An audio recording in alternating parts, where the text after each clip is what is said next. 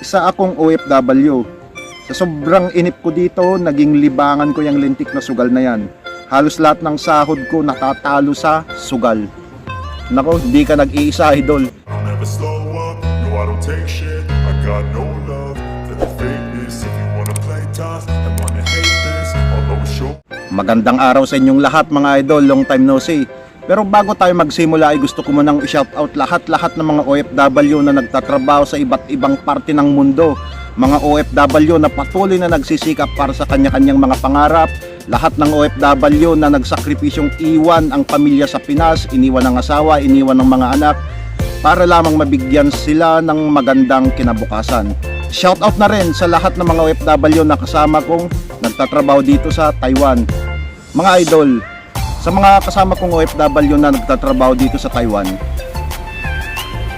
karamihan siguro sa inyo kilala nyo si Kops ng Taiwan at kung ano yung nangyari sa kanya na alam naman natin kung ano talaga yung nangyari sa kanya.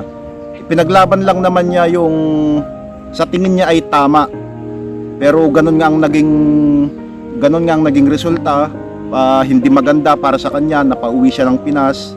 Mahirap kasi magsalita eh.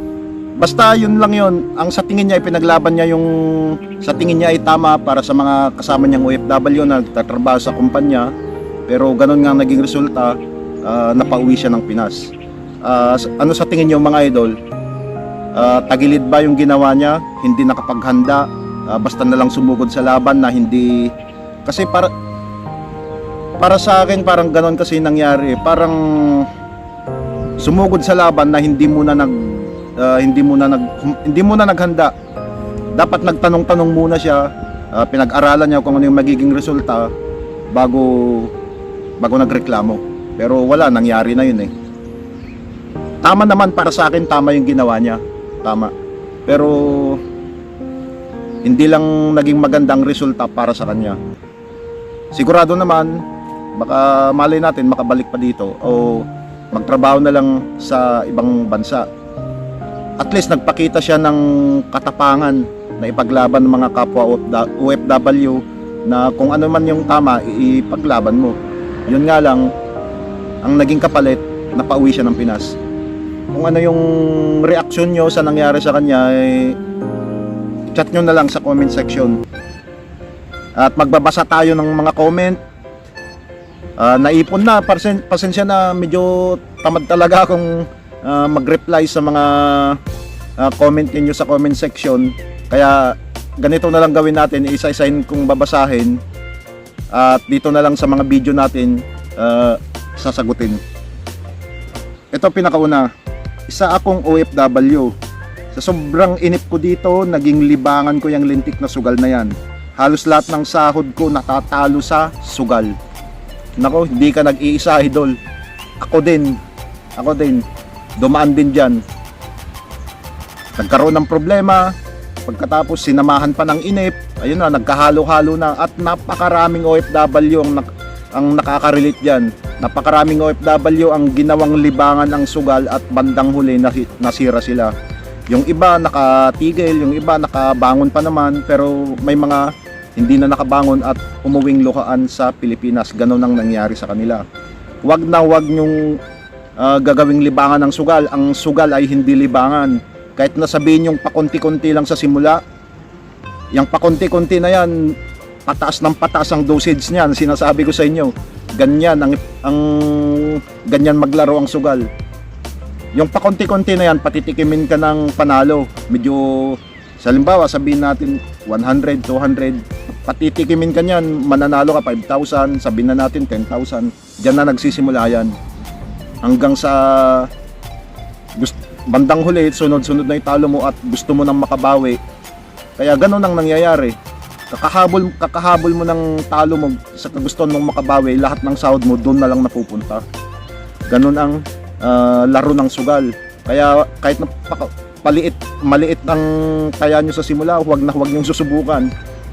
Palaki ang dosage niyan, sinasabi ko sa inyo.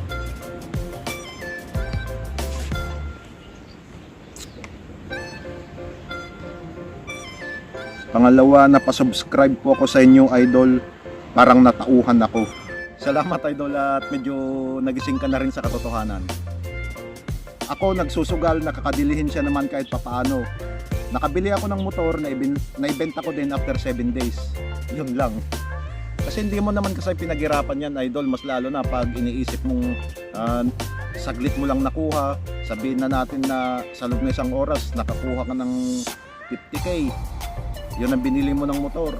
Kaya ang naglalaro sa isip mo, easy money, makukuha mo rin naman sa susunod yan. Kaya ang nangyari, nung natalo ka ng natalo, naibenta mo rin yung motor na nabili mo dahil sa sugal. Wala rin kwenta. Yan ang masamang epekto niyan kasi iniisip natin na easy money, madali kang magkakapera. Kaya hindi na natin pinapahalagahan kung ano yung mga bagay na naipupundar natin. Itong isa mga idol, medyo mahaba ito. Experience ito ng isang idol natin na muntik nang masira dahil naman sa online sabong. So basahin natin mga idol. Boss, galing ng advice mo simula nung napanood kita nitong mga nakaraang araw at linggo, medyo natitigil na akong maglaro ng online sabong na yan. Grabe, hindi talaga ako nagsasabong. Nung last year lang ako natutong tumalpak. Based sa experience ko, may araw talaga na swerte ka o yung tipong kahit anong tayaan mo ay may pakiramdam kang lalabas. Pero mas madalas akong natatalo. Example, sa isang buwan na nagtatalpak ako ay 2 araw sa isang buwan ako pinapalan. Naku, grabing malas naman yan idol. Lahat ng ibang araw ay puro malas. Talo, dumating pa yung time na lahat ng katrabaho ko nautangan ko at naibenta ko ang mga gamit ko. Pero hindi ko naramdaman ang pinagbentahan ko dahil natalo rin sa online talpak na yan. Yun lang. Nandun na kasi yung nawawalan na tayo ng hiya kapag nalulung ka na talaga. Basta ang iniisip mo na lang magkaroon ng pera para may sugal ka. Wala ka nang pakialam kung utangan mo na lahat ng mga tao sa paligid mo, ibenta mo lahat ng gamit mo. Ganyan ang epekto ng sugal, hindi ka na nakakaramdam ng hiya.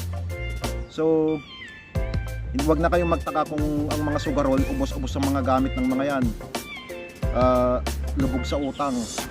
Kasi nga ganyan nga ang epekto ng sugal sa utak ng tao.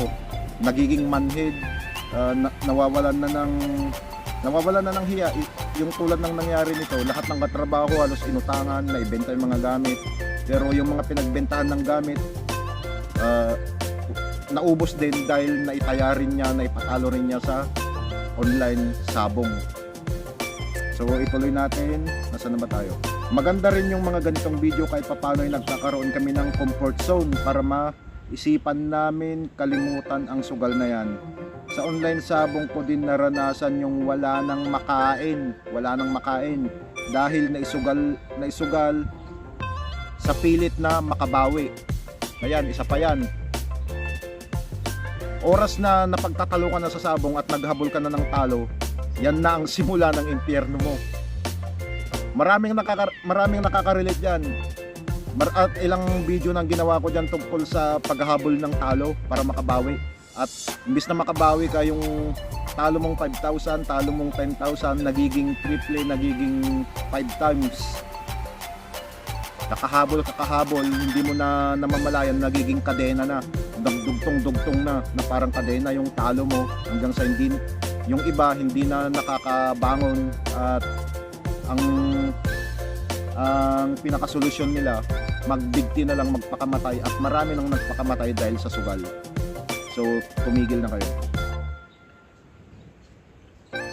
Ito nga tulad ng sabi niya rito mga idol, sa online sabong ko din naranasan yung wala nang makain dahil naisugal ko sa pilit na makabawi. Yung tipong ibibili mo na lang ng bigas pagkatapos ibabayad mo ng kuryente, isusugal mo pa dahil nagbabaka sakali ka. Baka sakali manalo, baka sakali swertehin. Yan yung mga naiisip ng mga lulong na talaga sa sugal. Hindi nila naisip na oras na natalo yon, wala na silang pambili ng pagkain. Tulad nga ng sabi ko, ginagawa kayong gago ng sugal, ginagawa kayong tanga, ginagawang manhid mga utak nyo. Lahat gagawin nyo para lang makapagsugal, ganyan yan. lakas ng impact sa akin ng nangyari. Hindi ko alam kung maibabalik pa ba o lalong ibabaon ka lang pag di ka tumigil. Common sense naman yan, idol. Tumigil ka na. Kasi kapag hanggat di ka tumitigil, lulubog at lulubog at lulubog ka dyan. Paano ba? May ginawa kong video dyan, yung dugtong-dugtong na magiging parang kadena yung mga talo mo. Ganyan yan habang tumatagal, palubog ka ng palubog. Kasi paglalaroan yan ng utak mo eh. Patitikimin ka ng 3 panalo, tatalunin ka ng 5 beses.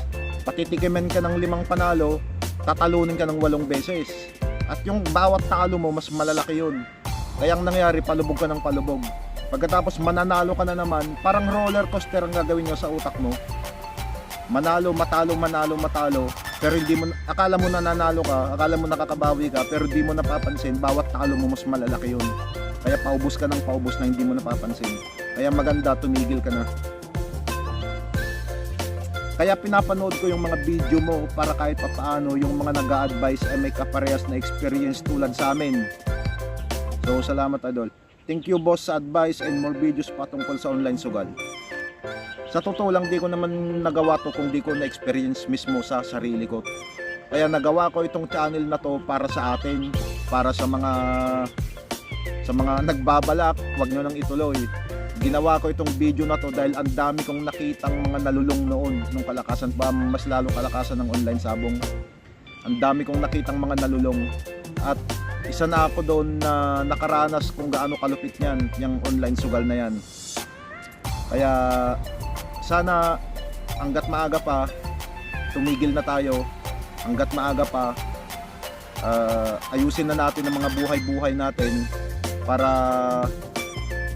mabigyan naman natin ng oras ang sarili natin na magbago at matikman ang mga pinaghirapan natin. Hindi yung pinamimigay ninyo sa kung sinong mga Poncio Pilato na nagsusugal dyan na wala namang kinalaman sa paghihirap ninyo.